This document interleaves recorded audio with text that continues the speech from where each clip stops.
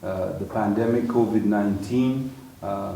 Fortunately for us, Uganda has done very well at managing the pandemic, and we hope that we can continue to live in a time when we're all safe, we're all healthy. I'd like to first of all give a special shout out and a big thank you to the government of Uganda, the Ministry of Health, Dr. Cheng and her team, and the President of Uganda for finding a way to stop the spread of COVID-19 in Uganda. As you can see from the stats, other countries have not been that fortunate, but we pray for them. We hope they'll be better, and we pray for that Uganda remains safe.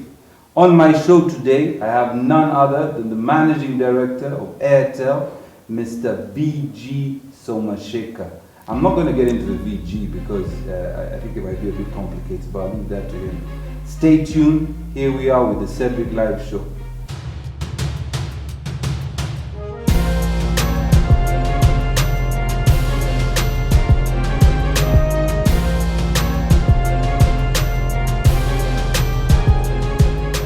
Welcome back to the Cedric Live Show. On today's show, I have none other than the Managing Director of Airtel Uganda, Mr. VG Somasekher. Welcome to the show, sir. Thank you, Cedric. I must say, I've watched your show for many times, many episodes. Yes.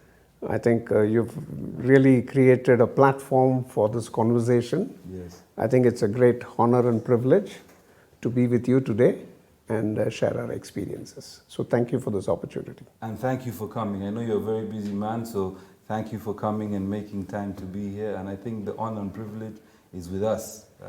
Thank you for coming. Likewise. So tell me a little bit about yourself. Before you even tell me about yourself, I keep seeing Mr. VG Somasekher. And everybody, of course, when they refer to you in the circles, they keep saying Soma, Soma, Soma. And the Somasekher bit I know. And I actually asked them to send me your names, but I decided not to try and pronounce them, and I'll leave it up to you. So what are those two names? Okay, that's interesting. You know, India, and I come from South India. Okay. And we have long names. Okay. So the VG stands for, the V is the village we come from. Okay. And the village is called Vellapakam. Vellapakam. Vellapakam. That's the village you come from? That is the name of the village I come from. Okay. G is my father's name, so that becomes my surname. So my father's name is Ganapati. Ganapati. And Somasekher is my first name. Okay. So my full name is Vellapakam Ganapati Somasekher. So tell me, what do they call you in India? I think my friends will all call me Soma. They'll call you Soma. Soma, because even by South Indian standard, my name is still long. Yes. So I think Soma is easy, and I think it's more real first name basis kind of a thing. Yeah. So I think in South India, our generation had these names where it had your name of a village, Yes. your father. So invariably you can identify this person and say, hey, I know him. Right. I know from which village he comes from. I know which family he comes from. So I think it's our tradition to ensure that we continue that. Fantastic. So tell me a little bit more, other than your name. You know, you say you come from South India. Tell me a little bit about yourself. I mean, how did you grow up? What was your childhood like? You know, what was the story behind Soma? Hey, that's an interesting one. But I'll try and keep it as short and precise as possible. Yes. I think we grew up in South India in the city of Chennai. Chennai is among the top 4 or 5 cities in India. Yes. It's considered as the cultural capital of India. It's the Tamil Nadu, the state, is known for temples. It's known for culture, food, hospitality. Yes. My childhood, I had the opportunity to go to one of the best schools in India. And I think it was my schooling which made me what I am or who I am today. I think the schooling really ensured, among all, I think discipline and human values. Yes. So I really value my parents to have given me the right schooling, and that schooling really helped me grow faster. Or I wouldn't say faster, it's become better or what I want to be, right, and what I have become over the years. I studied commerce, and then I've done several roles, I think largely in office automation and telecom. Right. My family, for my parents, we are three sons. Yes. And I think all of us are what we call as a joint family. So till date, we've managed to remain as one large family, Yes. though we've traveled for business and work. So in short, I think we've grown through what we call as middle income, respecting family values, respecting customs, respecting religion. So I think a traditional person wanting to achieve big in the world, and I think that is really what it is. Okay. I'm married to Lakshmi. I think it's going to be 29 years. Oh. And two daughters. Congratulations. Thank you. And we have two daughters, and both are ladies, and now they've done their graduation, they're going to work. Yes. So I think while at profession we want to achieve many, but I think at home family comes first. So I think it is a person who believes in family values, basic human values. Yes. Simple life, but enjoy life. Quality of life, I suppose. Quality of life, absolutely. So how did you, I mean, you do mention, you know, in your little background that which sounds like you had a pleasant childhood and you were privileged enough to go to, how did you venture into the telecoms industry and eventually end up in Airtel? In Airtel, okay. You know, my first 10 years I had the opportunity to work with Xerox Corporation, Okay. which is a joint venture between the Indian partner and Xerox Corporation. You know, whenever I think of them, I think of photocopying. I don't know. You are right. The That's what I Xerox see. Corporation, Yes. the heart and soul was a photocopying. Yes. Of course, they did develop several other technologies, but the Yeah, of one course. that remembers, Yes. people remember is photocopying. So I had the opportunity to join what I call as the sunrise industry or office automation or setting the tone for what is called digital very early in my career. Okay. And in those years, I had the opportunity to travel to UK, US, and I was, one of the responsibility was bringing in transfer of technology from US, UK into India. And we had a manufacturing plant in North India called Rampur. And in my responsibility as a marketing manager for Modi Xerox, one of the things we did was bringing in transfer of technology into India and making these products available in India. Right. And this is the India where India was wanting to grow and big, and use of technology was being embraced. And that is when I think I grew up there. And it was early 90s when India said we need to get started with privatization of telecom and Yes. the advent of mobile telephony. And when I heard about it, I think the kind of bug kind of bit me. I said, I've done enough of Xerox. Yes. I need to do something else. And I must say, God kind of led me into telecom. Okay. And I think I've been in telecom now coming to 26 years. So from Xerox, you came to Airtel or you went somewhere No, I else? think I didn't join Airtel directly. Right. I did two other telecom companies in India. One, what is today called Idea Cellular, was then Yes. Escotel, based in Kerala. Yes. And then I joined Reliance. I think I did each of these stints like each of them 7 years. So nearly 14, 15 years I spent my time in telecom, building grassroots telecom companies. Yes. Which means being the first employee, rolling out the first site, getting the first customer, launching the first product. So I've had the benefit of being in telecom from day one of what we call as mobile telephony. Yes. Virtually day one of that, grow companies, grow business at each stage. Then I moved to Reliance, which was a technology based on CDMA. Yes. But it had a much wider portfolio of products. Yes. I did that. And that's when Airtel came into Africa and they said, Soma, would you like to join Airtel? And we are now going into Africa, and would you like to try it? That sounded like a great opportunity because Yes. Airtel is a wonderful company. Yes. I used to compete with Airtel in India. And then said Africa sounded even more exciting. I think I came here on a look-see visit, and I must say the rest is history. It's not a bad spot. It is It's not a bad absolutely spot. wonderful to have. The food, the people, everything is nice. Absolutely. So I think to me it's like a best of both worlds. Airtel is a great company, and coming into Africa to do telecom and scale telecom to what we are today Yes. is a fantastic challenge, great opportunity, and I've enjoyed every moment of it. So tell me about the origins of Airtel. Airtel is an Indian company, Yes. headquartered in India. Yes. It was started by the founder, chairman Sunil Bharti Mittal. Yes. I think if you read his history, I think he started first in cycle parts manufacturing. Right. And then the telecom bug bit him and he said, let's get into importing and supplying phones and push button phones and telecom equipments in digital. Yes. And I think it was like early 90s, 95, when India opened up and said, we're going to do privatization of telecom. Right. They said the privatization, instead of doing what was then fixed, they said, let's license mobile telephony. Okay. And I think Airtel was the first license winner to get mobile telephony license in the capital of India, which is Delhi. Okay. So Airtel started in one city in India, almost 25 years back, in Delhi. So you said the owner of the originator of is Sunil Bharti Mittal. Mittal. They're brothers, right? Yeah, they are three brothers. Three They are brothers, right?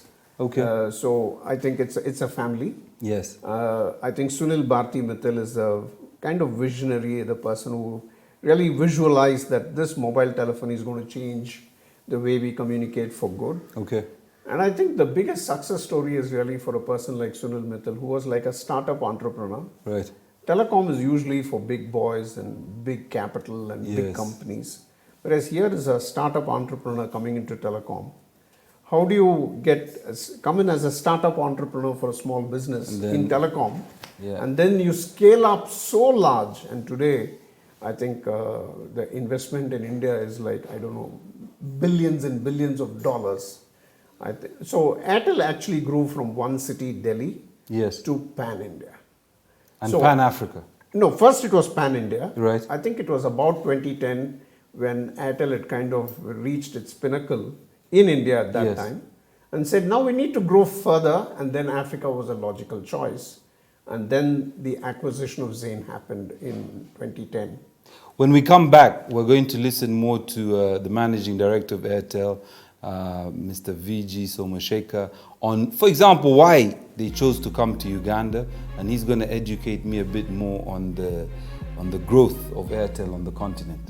We'll be right back.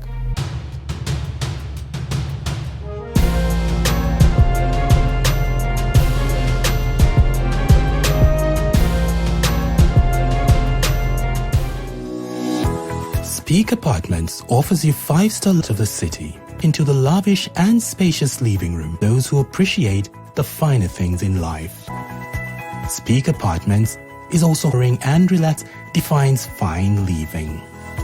Also on the premises is East Africa's largest gym, children's play area, ample parking, Havana restaurant and bar has you covered with a number of cuisines from around the world. If it's fine dining you love, Speak Apartments defines the fun. Located at the edge of Wampeo Avenue, Speak Apartments is your luxury home in the heart of Kampala City.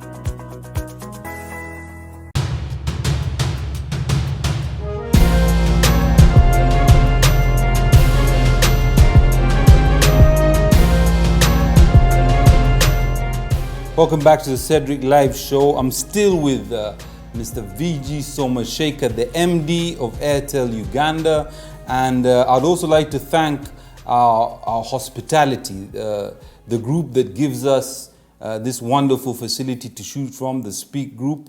Thank you very much. So, VG, you're telling me about the movement of Airtel at its pinnacle in India, and I think in 2010, there was a move to move into Africa. And of course, wherever I go, in many places in Africa, I see Airtel. I think even in Kenya, in Tanzania, in West Africa, in many of these places. But I want to be more specific about Uganda. Why did your management choose Uganda? Okay, if you look at when Airtel set its eyes saying we need to go international and you know, ability to take pure play telecom globally. Yes. Africa was a choice, and I think the similarities between India, Asia, Africa are very similar. Yes. People, demographic, aspirations. You know, we all know the similarities of developing countries, so I think Africa was the right choice. But I think when they wanted to come into Africa, it was not what you call a greenfield venture, which means come into every country, apply for new license and start a new venture. It came through an acquisition. Right. So Airtel acquired an existing company called Zain. Yes. And Zain was present in all these 15 countries. Right. So Airtel came into Africa through an acquisition of Zain, and wherever Zain was present, automatically Airtel entered those countries. Also, they bought the group basically in They Africa. bought the group of Zain. Yes. Okay. So it was not like choosing one country at a time. It Okay. was saying, let's enter Africa. Right. And the entry was through an acquisition. Yes. And then acquisition of Zain translated a footprint of 15 countries across Africa. So which is Nigeria, all the Sahelian countries at that time, Burkina, Niger, Chad. Yes.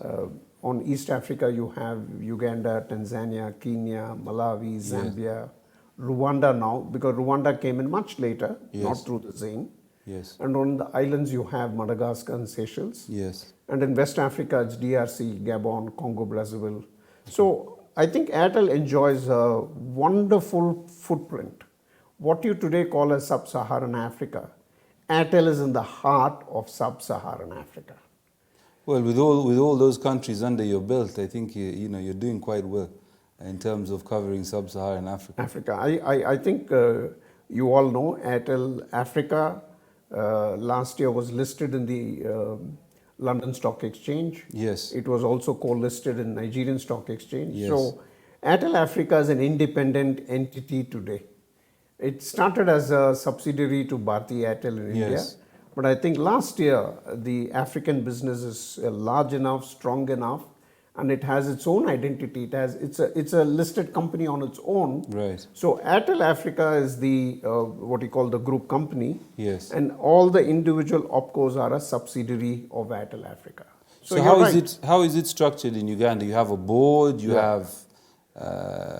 How does it work? Yeah, I think Airtel Uganda is a company on its own. Yes. It has a board. Our board chairman is Hannington Karuanga. Right. I think we're really grateful to him because he's been on the board right from the start of Celtel to Zain to Airtel now. So I think we are immensely privileged that we have Hannington Karuanga. Yes. Prior to him, we've had James Mulwana and Chris Kasami as our previous chairman. May they rest in peace, both of them. And I think we are truly grateful that we've had such leading lights leading this company. Yes. And I think if you look at the tenure of Airtel, we first had S.A. Oinga, and then I did my first stint in Airtel in 2010 to 2014. Right. I went to the group, at which time we've had two people succeed me. And I've now come back on the second time. Okay. I mean, I came back in 2017. It's like 3 years now. Yes. So I think it's been a fantastic 10 years in Africa, and we've had a strong board.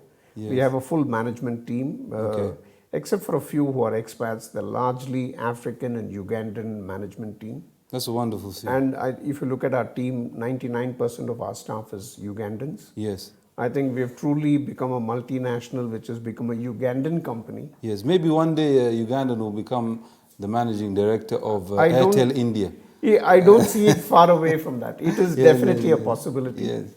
I think Ugandans are growing and rising. Yes. I think it is a definite possibility that they will occupy the position of the managing director.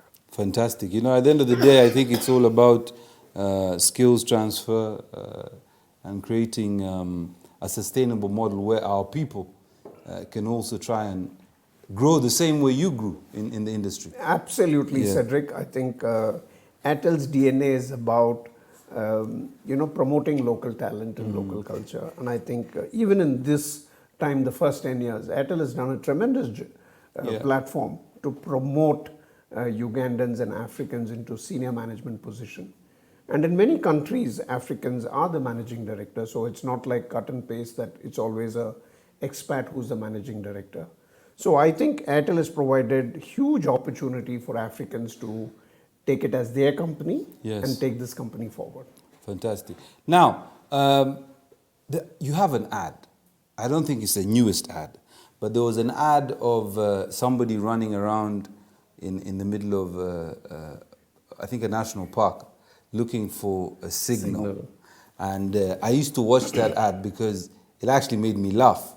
And but I hear today that, and I see it in some of your ads, that you have 2,000 sites and the 4G network is all over the country. Now, when I see that, when I say 4G in my mind, I say, what does that mean? What's 1G, 2G, 3G? And now I hear there's some places where there's 5G. 5G. There's no 6G, right? Not yet. Not yet. Okay, I'll just check it out. Yeah, I might be a bit behind. It's like phones, S11, S12, and then That's you get true. lost somewhere. That is true. So tell me a little bit about the 2,000 sites and the 4G countrywide. You know, Cedric, the heart of a telecom company, at least a wireless mobile telephone company, is based on how are you able to expand your network. Right. A network equals masts or sites. Right.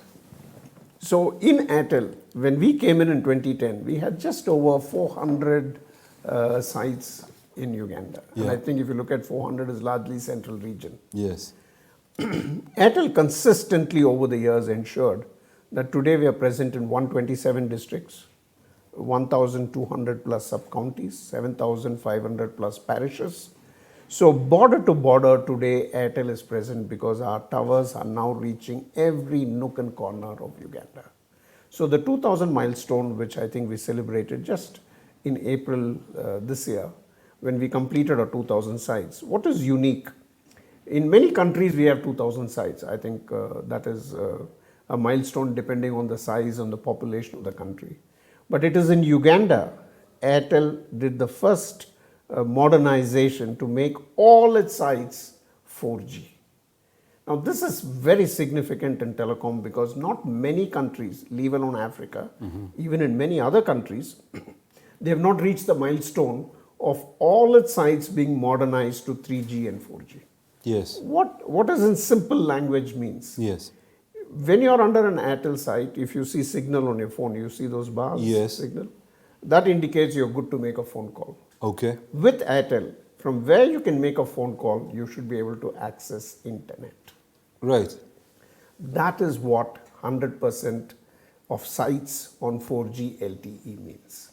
And 4G is currently the commercially most modern technology. So what Airtel has done to Uganda is to modernize it, and I think to make it among the few countries in the world to have countrywide modern. But what happens in many places, they say, hey, let's do modernization only in Kampala or only in Kololo or only in select pockets. Right. Whereas we said, no, there is no urban-rural divide. What you get here in Nakasero, you should be able to get it countrywide. And that is democratizing access to technology. And that's what we have done. Now let me ask a question. This New Year's Eve, 2019 into 2020, I was sitting with a group of friends, and an argument started about whether or not people in the national parks should have access to data or not. Because one school of thought was, you know what, we want to share our experiences with the world so that we promote tourism in Uganda.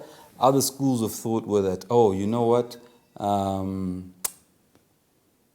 it's supposed to be a nature holiday. You're not supposed to be on your phone. You're not supposed to be, because now with the different social media platforms, there is, people spend more time, screen time on the phone. In your personal opinion, what do you think? And my friends, I hope you're watching. I'll tell you, I've traveled to most national parks in Uganda. Yes. Christmas I went to Bivindi and did the gorilla tracking. Been to Queen Elizabeth. I've been to all the national parks in Uganda. Yes. I'll tell you, as Soma, what I view of it. Technology ensures your travel is safe. Correct. Your holiday experience is maximized. And you're sharing. What you said is very true. Yes. So when I spotted the gorillas, we had our cameras, we shot them. I shared it with my friends. Yes. And you know what I get? All my friends are saying, Soma, when can we come to Bivindi? Yeah, exactly. So if we use technology responsibly and in moderation, that's the best. But if we use any good thing to excess, it then becomes a waste or it becomes an abuse. Yes. So my personal view would be, we need to make travel safe, travel convenient, And I think the role of technology is very crucial in that. Correct. And I personally recommend we must continue to promote it and make it accessible to visitors coming into Uganda. Hey, go to the length and breadth of this country. It's a safe country. Yes. Now you also have the power of technology. You can reach anybody. You can capture your moments. You Document can share your yes. moments. Yes. And I think every moment they share of Uganda, for one photo, you're going to get 10 more visitors coming into the country. Correct. Hey, that's But the best. even local tourism. Even local They don't have tourism. to fly in. They know. don't have to fly in. And I think at the moment we need to use domestic tourism a lot. Domestic tourism, absolutely. So we're going to be right back with VG Somasekher, the managing director of Airtel Uganda. They're celebrating 10 years, 2,000 sites. Thank you, Speak Apartments, for the venue, and we'll be right back.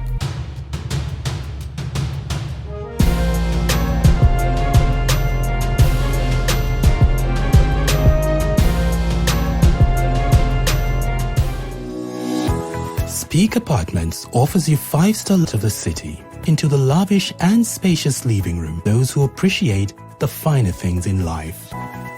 Speak Apartments is also offering and relax defines fine living. Also on the premises is East Africa's largest gym, children's play area, ample parking. Havana Restaurant and Bar has you covered with a number of cuisines from around the world. If it's fine dining you love, Speak Apartments defines the fun. Located at the edge of Wampeo Avenue, Speak Apartments is your luxury home in the heart of Kampala City.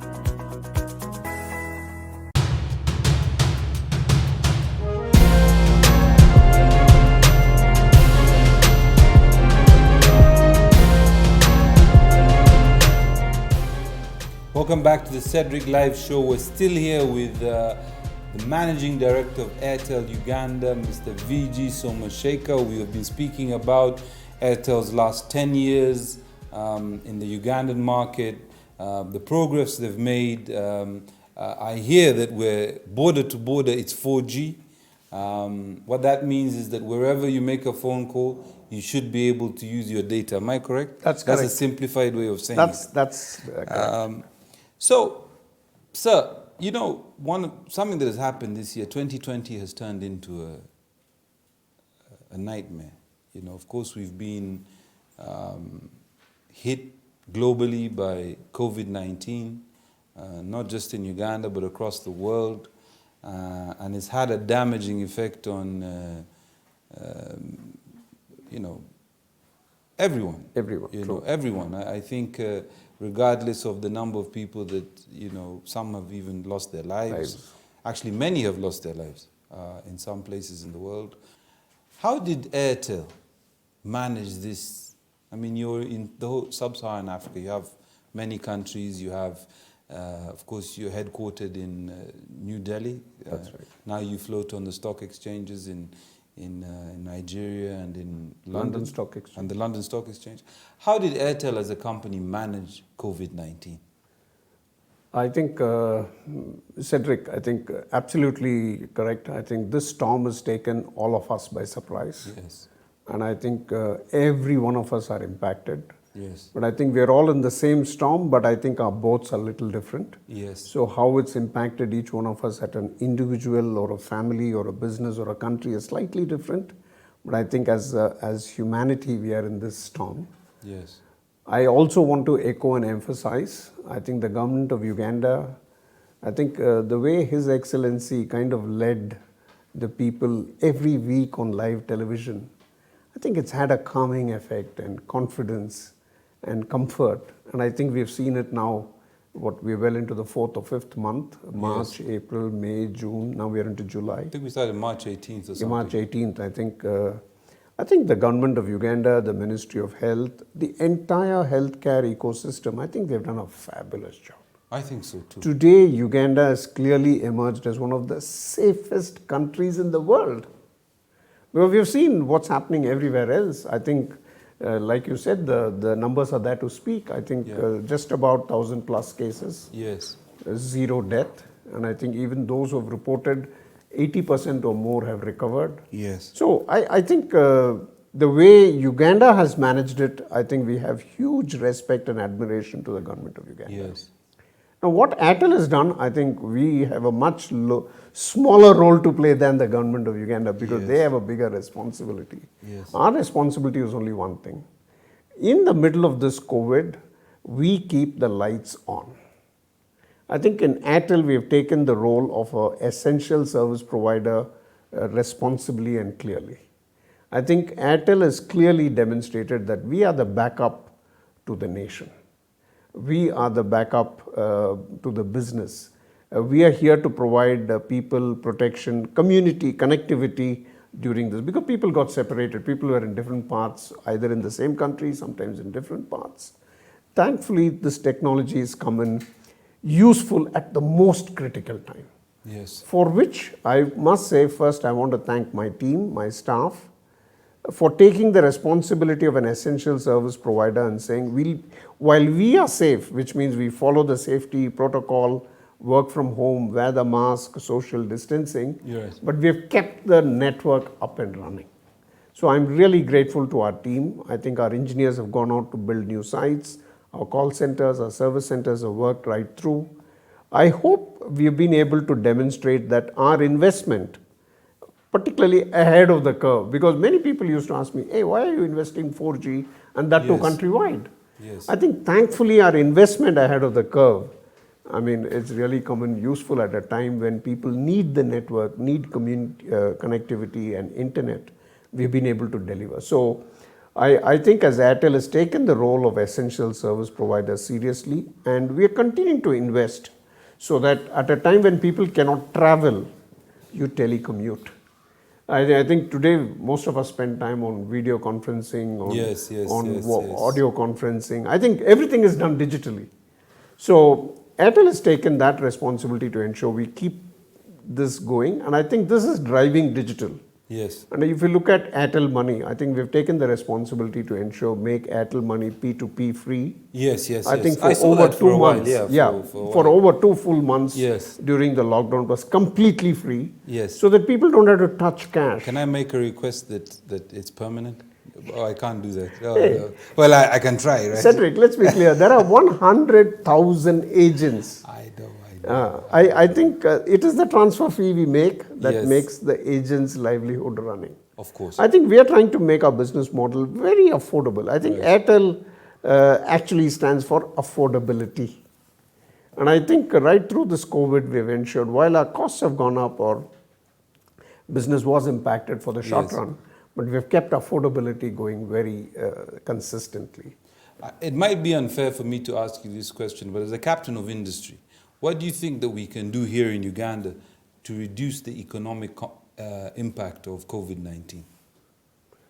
Just, it's not a specific answer, but, first let's look at it this way. I think the government has done the very right thing of taking care of the vulnerable people, which means they provided provisions and groceries and food. So the most vulnerable people have been taken care of. So I think Uganda has done the wonderful thing of saying nobody is affected for food or the safety of their life. So I think food and safety has been taken care. As business, I have a very positive outlook to it. I think we see with every passing month, we are getting into a new normal, but I think there are new ways to people to do business and opportunity. Digital is going to be the way of life. And I think in no time, people have got used to online shopping, online money transfer, using work from home. More and more businesses, large, medium, small, are embracing digital. I think, and digital will ensure economies of scale. But I think another change point for not only Uganda, Africa, this pandemic has created a major disruption in supply chain, which means it's compelling each country to revisit and saying, what do you need to manufacture locally? And as we start stepping up local manufacturing of what we can call as import substitutes, Uganda is going to be a growing opportunity. So even before COVID, Uganda was the safest. It's been a country serving the region. It's a home to millions of refugees. It's a center for education, Makerere University and other places, holiday, tourism. I guess as we come out of the COVID and as we come out of this pandemic, Uganda would emerge stronger both from safety and a bigger opportunity to do business. Yes. You know, I've seen that the digital space, you know, seems to be growing. I was reading that I think Netflix in this last quarter had a bumper quarter. You know, they've made a lot of money, and I see now the emergence of technologies like Airtel TV, you know, which I guess is another opportunity for Airtel to employ more people and create more opportunities. How's that going? Okay, what Airtel has done, I think we've said our role is first is to provide access and connectivity. Right. But I think that is to ensure, like you said, you can make a phone call, you can transfer money, you can make internet. Right. But I think when we talk about the journey of digitization, the next level of digitization is digitizing content. Instead of watching appointment TV, you are able to watch content of your choice, at your time, of your desire and choice and preference. Where does Airtel TV fit in here? Yes. I think Airtel TV is an opportunity to promote local content. So first you get all the free-to-air channels, UBC, and all the other channels are available on Airtel TV. So you're not stuck at home or in the office and saying, I can't watch that program. Wherever you are, you can watch it on the app. Second, there are lots of local content where a content producer produces the content, and when you want to distribute it, Airtel TV becomes a distribution platform. Airtel has 10 million customers.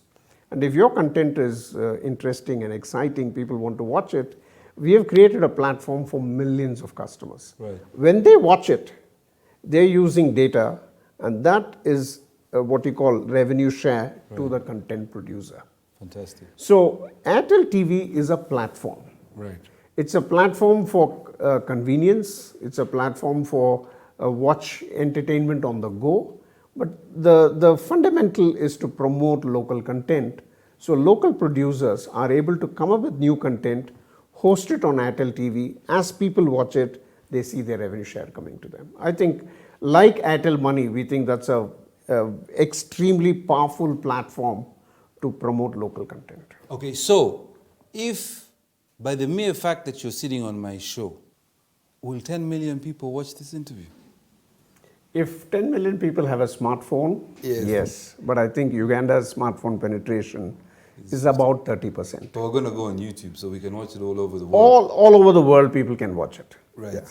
So if 10 million people watch my show, I won't have to work for the rest of the year because I'll be able to monetize. But listen, we'll be right back. We'll still be here with the MD of Airtel, Mr. VG Somasekher, talking about Airtel in Uganda after 10 years and all the progress that they've done. Stay tuned.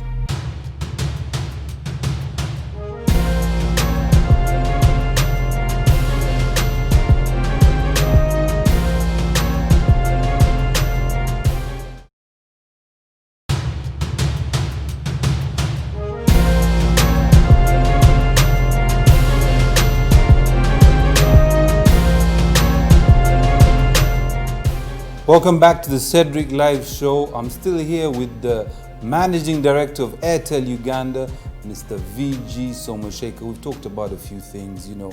We've talked about Airtel, 10 years in Uganda. We've talked about the 2,000 sites. So wherever you are, if you can make a phone call, you should be able to use your data if you're on Airtel. That's correct. That is correct. You Correct. got it right. Okay. Simplified. I hope you guys understand. But also, you know what you do? You need to stay safe, stay healthy. COVID-19 is still real. Let's not forget that we've managed this process very well. His Excellency, the President of Uganda, and his team at the Ministry of Health, Dr. Cheng, Dr. Diana, and all the teams, they've managed this COVID, spread quite well. So let's make their jobs easy. We maintain social distance, we use our masks, we do whatever we have to do. VG, I was just thinking during the break about how do we, because right now there's been because of COVID-19, there's the level of unemployment has been accentuated. For example, people in the tourism industry, I hear they were losing up to 400, 500,000 jobs a month.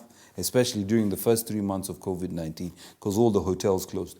But as you said, on the flip side, it's been a trigger to promote production and manufacture of local products, and even to accentuate, I suppose, what the telecoms players are doing, such as yourselves. I guess maybe a time for you to maybe improve your services or whatever it may be. How do we create more of an enabling? Because I've always believed that, you know, you can't give everybody a job. I assume Airtel can't employ all 42 million Ugandans. But what you can do is to prepare or have an enabling environment. How do you think we can do this, especially in this era? I think these are difficult times, Yes. and there are no easy answers. Yes. But I think what are the opportunities? Clearly, Uganda has been a food producer. I think now the question really is how do we go up the value chain? Yes. I think some of the best food in Africa, you get it in Uganda. I think if you look at the fruits of avocado or mango or banana or pineapple, I think there's a lot being done and continues to do what you call as value addition up Yes. the chain. So rather than selling raw material, can we actually keep adding value and start exporting finished products? Right. So I think the opportunity for Uganda continues to be saying at the pandemic that impact of economic impact is worldwide. I don't think any country has escaped the impact on tourism or hospitality Yes. and all the other places. I think the question for us is really saying how do we weather the storm? When the storm is over, how do we come out stronger? And that, I think, Uganda has made big impact. I think as we come out of the storm, people are going to recognize, say, hey, Uganda is one of the safest countries. Let's get investment there. Right. Let's get to holiday there. Right. Let's put more investment there. Yes. So my view is rather than trying to play too short term and saying, what do we do this month and next week? While there are many opportunities to do in the very short term, but the key is to weather the storm, come out stronger, and start attracting investment into Uganda. And Uganda has been a great investment location. Yes. I think for Airtel, this is the largest foreign direct investment from India into Uganda. Right. I think we have invested over $850 million. Right. I think it's only a matter of time we touch, further investment in the future. Right. So my view would be, I don't think there are any quick fixes right now, but local manufacturing is definitely one. Yes. Driving digital is another way of doing it, because what does digital do? It reduces the cost of transaction, improves commerce. When you reduce cost and improve commerce, I think then you do wealth creation and value creation. So I would think this is a great time to embrace digital in everything we do. Yes. I think that is a way forward.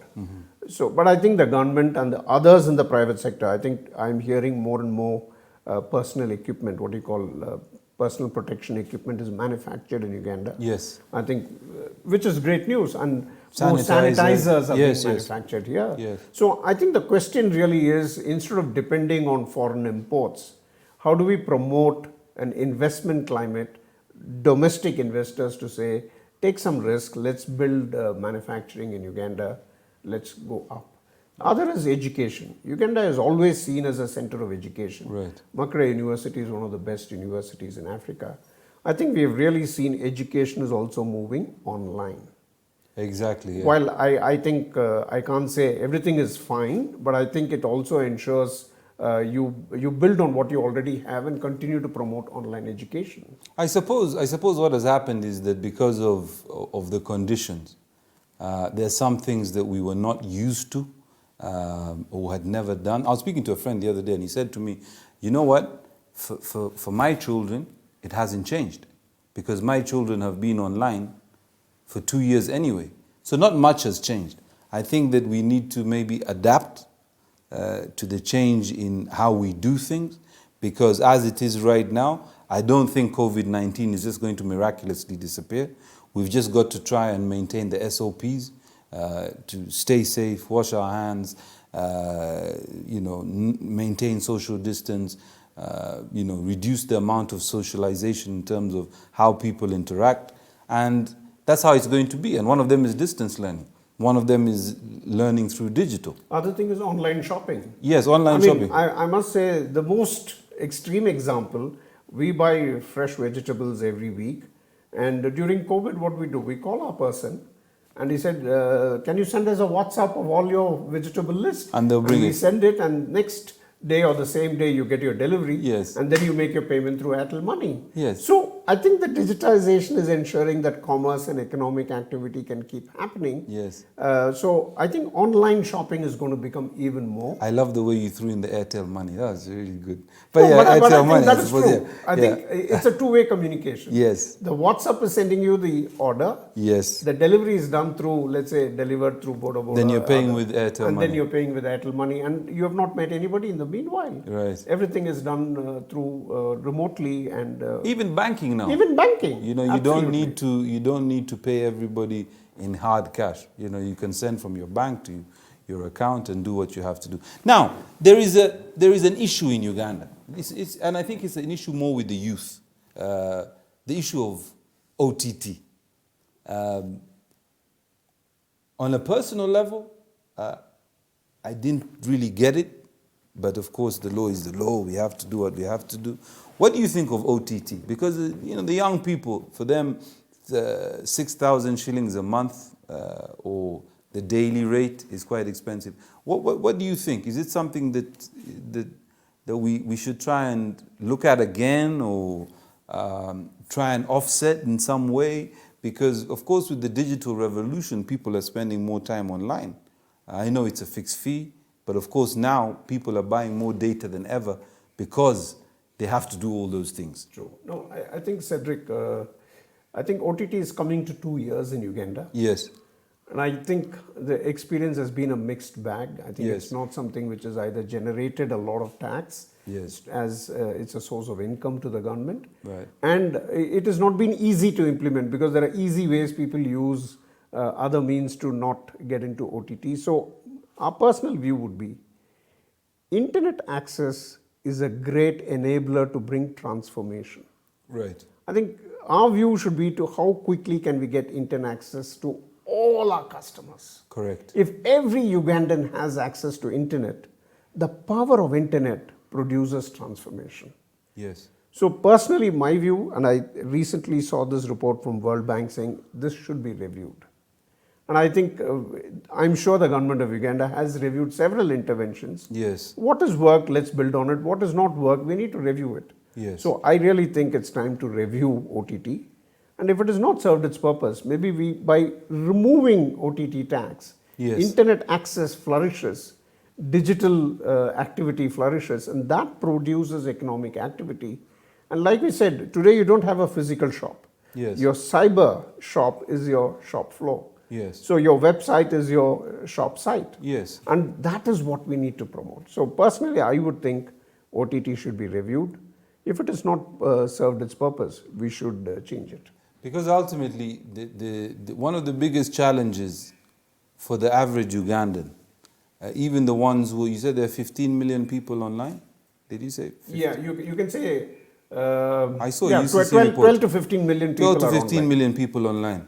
Now, we need to increase that by maybe 3 or 4 million, thereby increasing critical mass of people online, so that you know, the way we do things today is easier. No, I think, Cedric, you hit the nail on the head. I think Uganda's national broadband policy is a very progressive policy. Right. The policy is really saying broadband for all. Towards achievement of broadband for all, we have done one thing, which is bringing network for all. Yes. The next step is bringing smartphone for all. Yes. So I think one of the things to do would be really promote smartphone manufacturing in the country. Correct. And you know, millions of people need more smartphones, and when you buy a smartphone, you keep changing it every second year or every third year. So the need for local manufacturing of smartphone will promote local manufacturing and opportunity. Yeah. And if you can drive access for all, smartphone for all, and make no barrier to use internet by removing OTT tax, I think we're really bringing more people and giving information access. I think that is the way to go. And I think that would produce more jobs, more economic opportunity, startups, fintech, Yes. all those things will flourish. You know, dissecting taxes and all these things has always been very hard, at least for me. I don't know about other people, but I hear everybody sort of talking about the same thing. Now, how without, of course, I'm not a telecoms expert, and I understand that it's the telecoms job is to bring the connectivity.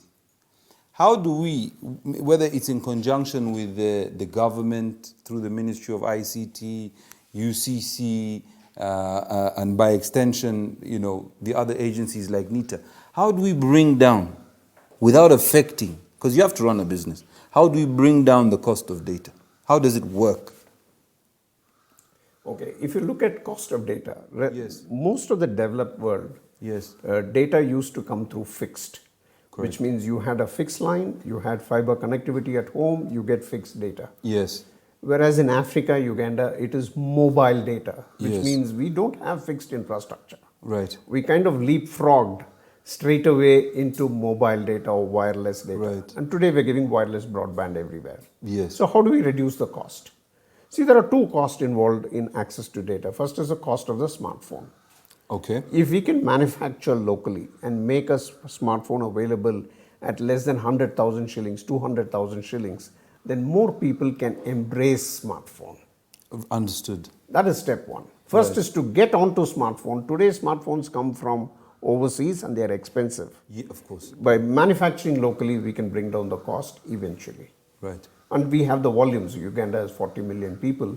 And sooner or later, all 40 million would have access to a smartphone. That's what has happened elsewhere in the world. Second is cost of mobile data. I think it has two parts to it. One, we have to carry the internet access from Uganda into Mombasa and then into London where internet is traveled.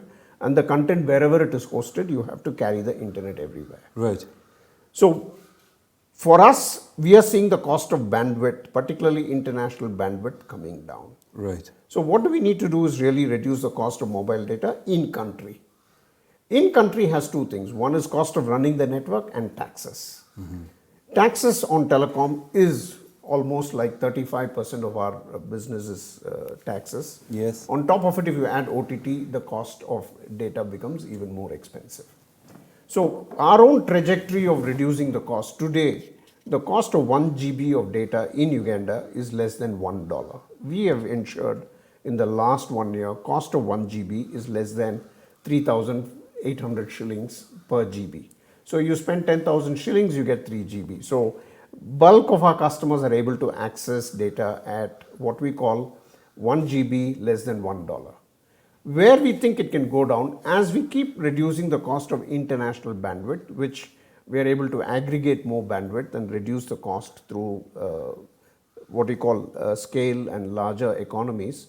I think we need to see penetration of our phones. Today, 4G smartphones is only 10%. Okay. Only 10% of people have 4G smartphones. That's 4 million people. 4 million people. No, I think that is out of the people who have SIM cards. Okay. So we think as smartphone penetration increases, the cost of data keeps coming down. So our task immediately is to ensure that we drive smartphone penetration. So people who are using feature phones or using low-end 3G smartphones need to be upgraded to 4G. And with that, we see more users, more usage, driving cost per user down. And taxation is one element, and I'm sure government will consider that Yes. to ensure that the taxes are not a barrier to growth, Yes. and it's an enabler to growth. Correct. Now, we can't stay for long, but I know that Airtel has done a lot of great things outside its space, within your corporate social responsibility, I would say department or whatever it is. And one of them, of course, is the mighty cranes. You know, so I know you've done a lot of great things, but why did you choose the cranes? Because I guess it's the biggest institution in the Cedric, I country. think there's no secret. Yeah. I think if there's one passion point of Africa and Uganda is football. I think it's the world. It's the world, but Yes. I mean, in Africa, Uganda, football really is the passion point. Yes. And you remember, I think we first started our sponsorship with basketball. Yes. And we said, okay, we moved on from basketball. Then we had the opportunity to do Uganda Cranes. Right. It's coming to 7 years. Yes. And I think we've been solidly behind Uganda Cranes and Yeah. FUFA. Yes. We're really grateful to FUFA for giving us this opportunity. Yes. I see this relationship has grown strength to strength. We have seen our team, Uganda Cranes, have done very well. Yeah, they've qualified twice for the Twice. Africa Cup of Nations. So we're just waiting for the World Cup now. World Cup now. I think nothing else other than qualifying for World Cup and playing at the world stage. Yes. So we're really happy as Airtel that we have been able to support a sport right through, which means we have Airtel Rising Stars, we have the Yes. Uganda Cranes, we have the Mazaza Cups. Yes. I think we've done all round on football. And I think over the years, Airtel equals football is Yes. something we've been able to give back to the Yes. community. I think the other big opportunity we've had is to partner with Buganda Kingdom. Yes. I think you know The Kabaka marathon, run. you do the marathon, Yeah, the yes. Kabaka run is Yes. today what you call, last year, I think we had almost 50,000 people run. Okay. I think the proceeds have been able to help address fistula, sickle cell disease, and currently it's on HIV AIDS. Yes. So I think we have ensured that we take 2 or 3 big platforms, invest in it consistently, and I think that is the best way to give back. And even during COVID, we've been able to make a contribution of 1.25 billion shillings to Ministry of Health. Yes. And saying, hey, they are Thank you very much. they are risking their lives to save our lives, and we Yes. need to be grateful to what they're doing. So we said, okay, let's make a small contribution. So I think at Airtel, we are very clear. I think we are a partner to the government. We are part of this community. We have come here to stay, invest, grow, and become part of this community. So today you can say Airtel is truly a Ugandan company in every sense. To that extent, I want to be extremely grateful to the government of Uganda, our regulators, UCC, Ministry of ICT. I think they have provided a platform for a company like Airtel to come, invest.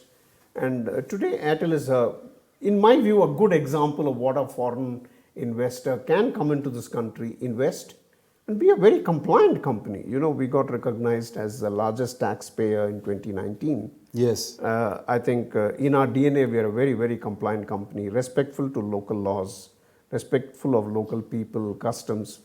I think that way we've been able to, win the hearts and minds of Ugandan. And I think that is why we believe we are here for good. Well, I hear it's a good sign of leadership. So, VG, thank you for coming on the Cedric Live show. Thank you for what Airtel has done over the last 10 years and for connecting us from point to point. We continue to look forward to your next 10 years, seeing what you can bring. This was the Cedric Live show with the Managing Director of Airtel, Mr. VG Somasekher. Thank you very much for watching the Cedric Live show, and we'll see you next week.